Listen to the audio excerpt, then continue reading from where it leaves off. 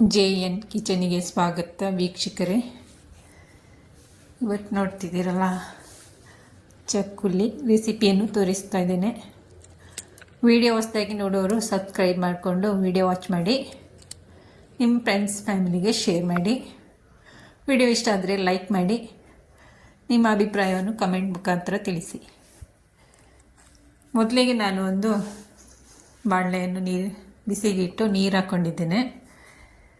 ಇದಕ್ಕೆ ಒಂದು ಚಮಚದಷ್ಟು ಉಪ್ಪನ್ನು ಸೇರಿಸ್ಕೊಂಡಿದ್ದೀನಿ, ಒಂದು ಚಮಚದಷ್ಟು ತುಪ್ಪವನ್ನು ಹಾಕ್ಕೊಂಡಿದ್ದೀನಿ. ನೀವು ಬೆಣ್ಣೆ ಬೇಕಾದ್ರೆ ಹಾಕ್ಕೋಬೋದು, ಇಲ್ಲಾಂದರೆ ಕುಕ್ಕಿಂಗ್ ಆಯಿಲ್ ಇರುತ್ತಲ್ವ, ಸನ್ಫ್ಲವರ್ ಆಯಿಲ್ ಅದು ಹಾಕ್ಕೋಬೋದು. ಬಿಸಿ ಆಗಲಿ. ಇವಾಗ ಒಂದು ಅರ್ಧ ಬೌಲಷ್ಟು ಹುರಿಗಡಲೆಯನ್ನು ತಗೊಂಡಿದ್ದೇನೆ. ಇದನ್ನು ನೈಸಾಗಿ ಪೌಡರ್ ಮಾಡ್ಕೊಳ್ಬೇಕು. ಇವಾಗ ನೋಡಿ, ನೀರೆಲ್ಲವೂ ಬಿಸಿಯಾಗಿದೆ, ಕುದಿ ಬರೋಕ್ಕಾಗಿದೆ ನೋಡಿ. ಇವಾಗ ನಾನು ಈ ಬೌಲಲ್ಲಿ ಒಂದು ಬೌಲಷ್ಟು ರವೆಯನ್ನು ಸೇರಿಸ್ಕೊಂಡಿದ್ದೇನೆ. ಯಾವ ರವೆ ಆದರೂ ಸೇರಿಸ್ಕೊಳ್ಬೋದು. ಸೂಜಿ ರವೆ, ಬಾಂಬೆ ರವೆ, ಸಣ್ಣ ರವೆ, ದೊಡ್ಡ ರವೆ ಎಲ್ಲ ಬೇಕಾದರೂ ಸೇರಿಸ್ಕೋಬೋದು, ಯಾವುದಾದ್ರೂ ಒಂದು. ನೀರು ಎಷ್ಟು ಇಟ್ಟಿದ್ದೀನಿ ಅಂದರೆ, ರವೆ ಹಾಕಿದ್ದೀನಲ್ಲ ಆ ಬೌಲಲ್ಲಿ 2.5 ಕಪ್ಪಷ್ಟು ನೀರಿಟ್ಟಿದ್ದೀನಿ. ಒಂದು ಬೌಲು ರವೆ ಹಾಕ್ಕೊಂಡಿದ್ದೀನಿ. ಸ್ವಲ್ಪ ಕುದಿ ಬಂದ ಮೇಲೆ ಇದಕ್ಕೆ 1 ಬೌಲಷ್ಟು ಅಕ್ಕಿ ಪೌಡರನ್ನು ಸೇರಿಸ್ಕೊಂಡಿದ್ದೀನಿ. ಅಕ್ಕಿ ಹಿಟ್ಟು ಹಾಕ್ಕೊಂಡಿದ್ದೀನಿ. ಎಲ್ಲವನ್ನು ನೀಟಾಗಿ ಮಿಕ್ಸ್ ಮಾಡಿಕೊಳ್ಬೇಕು. ಇದು ನಾವು ಹೇಳ್ತೇವೆ ಓಮಕ್ಕಿ ಅಂತ, ಅಜ್ವೈನ್ ಅಂತ ಹೇಳ್ತಾರಲ್ಲ, ಅದನ್ನೇ ಹಾಕ್ಕೊಂಡಿದ್ದೇನೆ ನಾನು.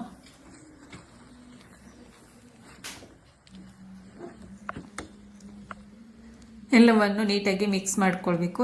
ಇವಾಗ ಹುರಿಗಡಲೆ ಪೌಡರನ್ನು ಹಾಕ್ಕೊಳ್ತಾ ಇದ್ದೇನೆ.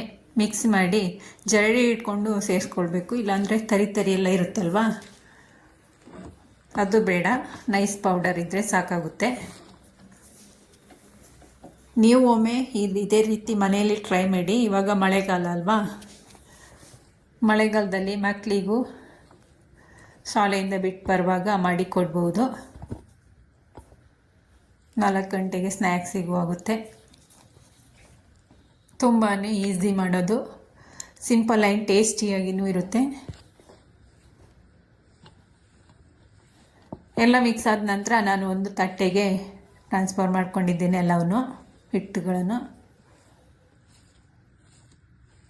ಬಿಸಿ ಇರುವಾಗ ಕೈ ಹಾಕಕ್ಕೆ ಹೋಗಬೇಡಿ, ಸುಟ್ಟೋಗುತ್ತೆ ಕೈಗಳು. ನಾನು ಸ್ವಲ್ಪ ಸ್ಪ್ರೆಡ್ ಮಾಡಿ ಆರಕ್ಕೆ ಬಿಡ್ತೀನಿ. ಇವಾಗ 1 ಚಮಚದಷ್ಟು ನಾನು ಬಿಳಿ ಎಳ್ಳು ತಗೊಂಡಿದ್ದೀನಿ. ಬಿಳಿ ಎಳ್ಳನ್ನು ಇದಕ್ಕೆ ಹಾಕೋಣ, ಹಿಟ್ಟಿನ ಜೊತೆ. ಸ್ವಲ್ಪ ಇಂಗಿನ ಪೌಡರನ್ನು ಸಹ ಹಾಕ್ಕೊಳ್ಳಿ. ನಾನು ಹಾಕ್ಕೊಂಡಿದ್ದೀನಿ, ಇಲ್ಲಿ ವಿಡಿಯೋ ಮಿಸ್ ಆಗಿದೆ. ಎಲ್ಲವನ್ನು ನೀಟಾಗಿ ಮಿಕ್ಸ್ ಮಾಡಿಕೊಳ್ಬೇಕು, ಉಂಡೆಗಳನ್ನಾಗಿ ಮಾಡ್ಕೋಬೇಕು. ತುಂಬ ಸ್ಮೂತ್ ಇದ್ದರೆ ಒಂದು 2 ಚಮಚದಷ್ಟು ಅಕ್ಕಿ ಹಿಟ್ಟು ಹಾಕ್ಕೊಳ್ಳಿ.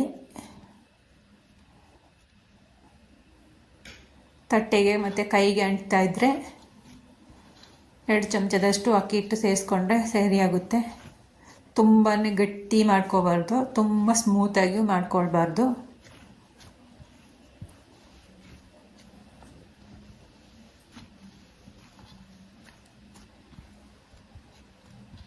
ನೋಡಿ, ಇದು ಅಂಟುತ್ತಾ ಇದೆ. ಇವಾಗ ನಾನು ಇದಕ್ಕೆ ಅಕ್ಕಿ ಹಿಟ್ಟನ್ನು ಸೇರಿಸ್ಕೊಳ್ತೇನೆ, ಒಂದು 2 ಚಮಚದಷ್ಟು ಚಿಕ್ಕ ಚಮಚದಲ್ಲಿ. ಕಲಿಸ್ತಾ ನಿಮಗೇನೆ ಗೊತ್ತಾಗುತ್ತೆ ಅದರ ಹದಗಳು. ಹೊಸದಾಗಿ ಟ್ರೈ ಮಾಡುವವರು ಮಾಡ್ಬೋದು. ಹೊಸದಾಗಿ ಅಡುಗೆ ಕಲಿಯುವವರಿದ್ದರೆ, ತಿಂಡಿ ಮಾಡೋರಿದ್ದರೆ ಈ ರೀತಿ ಒಮ್ಮೆ ಟ್ರೈ ಮಾಡಿ ನೋಡಿ.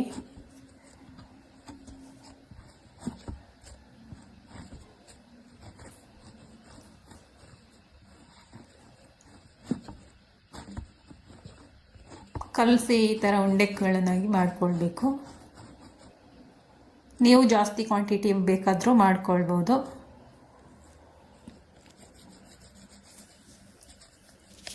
ನಾನು ಈ ರೀತಿ ಉಂಡೆ ಕಟ್ಕೊಳ್ತಾ ಇದ್ದೀನಿ. ಸ್ವಲ್ಪ ಉದ್ದುದ್ದಾಗಿ ಕಟ್ಕೊಳ್ಳಿ.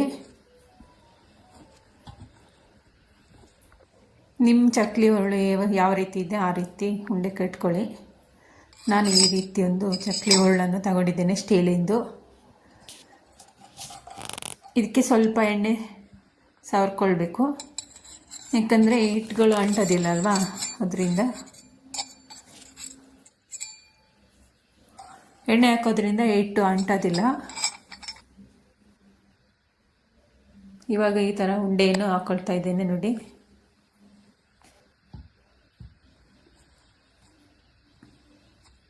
ಎಷ್ಟು ಹಿಡಿತೆ ಅಷ್ಟು ಹಾಕ್ಕೊಂಡ್ರೆ ಸಾಕಾಗುತ್ತೆ.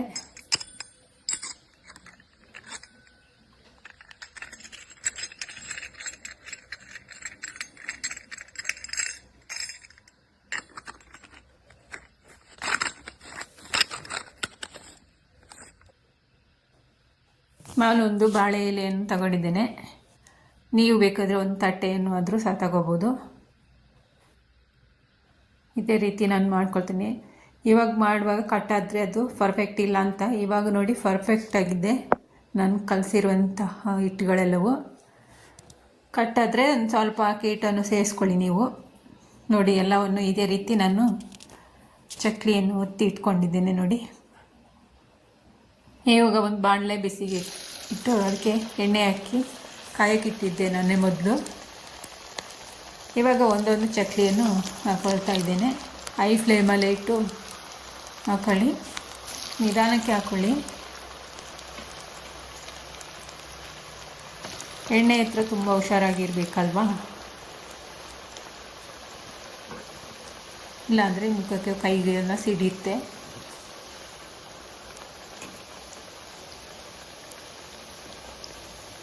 ಹಾಕಿದ ತಕ್ಷಣ ಕೈ ಹಾಕಕ್ಕೆ ಮಗುಚಕ್ಕೆ ಹೋಗಬೇಡಿ. ಒಂದು ಸ್ವಲ್ಪ ಹೊತ್ತು ಬಿಟ್ಟಾದ ನಂತರ ಮಗುಚಿ ಹಾಕ್ಕೊಳ್ಳಿ.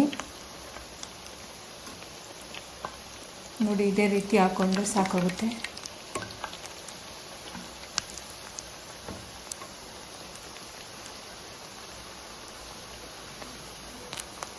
ಇವಾಗ ಮಧ್ಯಮ ಉರಿಯಲ್ಲಿ ಇಟ್ಟು ಒಂದು 5 ನಿಮಿಷ ಬೇಯಿಸ್ಕೊಳ್ಳಿ. ಮಗುಚಿ ಹಾಕ್ಕೊಂಡು ಬೇಯಿಸ್ಕೊಳ್ಳಿ.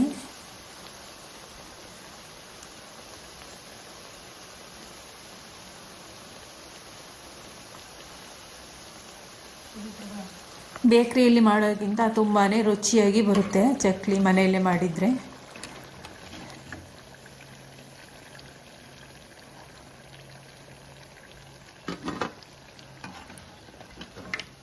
ನೋಡಿ ಈ ರೀತಿ ಕ್ರಿಸ್ಪಿ ಆದರೆ ಸಾಕು, ಎಷ್ಟು ಕಲರ್ ಚೇಂಜ್ ಆದರೆ ಸಾಕು.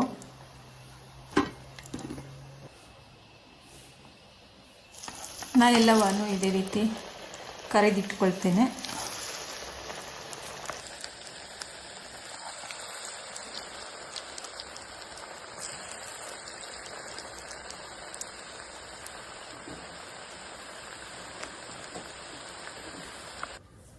ಕರೆದಾದ ನಂತರ ಈ ರೀತಿಯಾಗಿದ್ದೆ ನೋಡಿ ನಮ್ಮ ಚಕ್ಲಿ.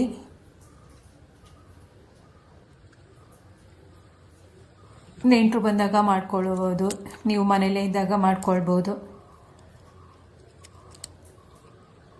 ನೋಡಿ ಎಷ್ಟು ಕ್ರಿಸ್ಪಿಯಾಗಿ ಬಂದಿದೆ ಅಂತ. Thank you for watching. ಎಲ್ಲರಿಗೂ ಬಾಯ್.